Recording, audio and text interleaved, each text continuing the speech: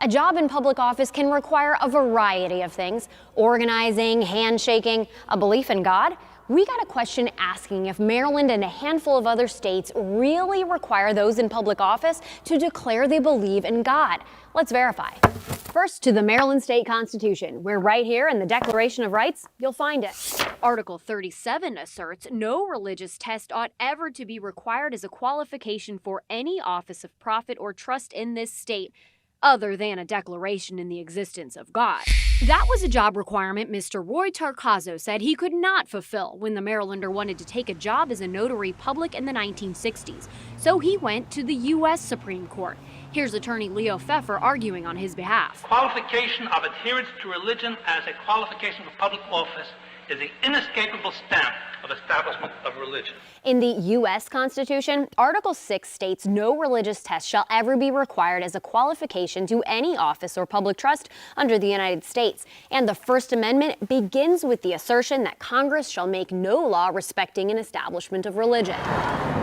The court unanimously agreed with Tarcazo. So that 1961 case held that a state cannot require somebody as a precondition to holding public office to espouse a religion, specific religion, or more generally, to state a belief in God. So we asked an expert. I'm Professor Maxwell Stearns. I teach constitutional law at the University of Maryland Francis King Carey School of Law. Why the law is still in the Maryland books. At the time of this case, there were 8 states that still had requirements of some sort of religious belief. They're just not enforceable as a consequence of the Supreme Court having declared them unconstitutional. Professor Stearns elaborates. The Supreme Court striking down a law doesn't actually repeal the law. When we amend the Constitution, the earlier provisions are still there. So in 2022, the ACLU of Maryland says they consider the whole thing a settled issue and a religious test for office would not be allowed. But theoretically, the Supreme Court could change its mind on the constitutionality of that Maryland law,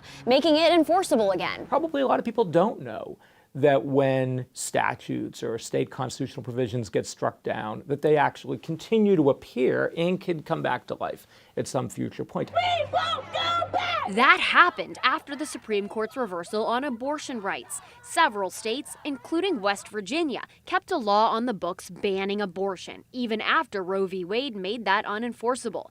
Now, after the Dobbs v. Jackson women's health decision allowing states to outlaw abortion, that old law is back in effect. So we can verify, no, Maryland nor any other state can require public officials to believe in God. As for other laws impacted by Supreme Court decisions, can you rely upon what appears in a statute book or in the Constitution and know that that's the state of the law? The answer is not always. With your Verify, I'm Abby Larico.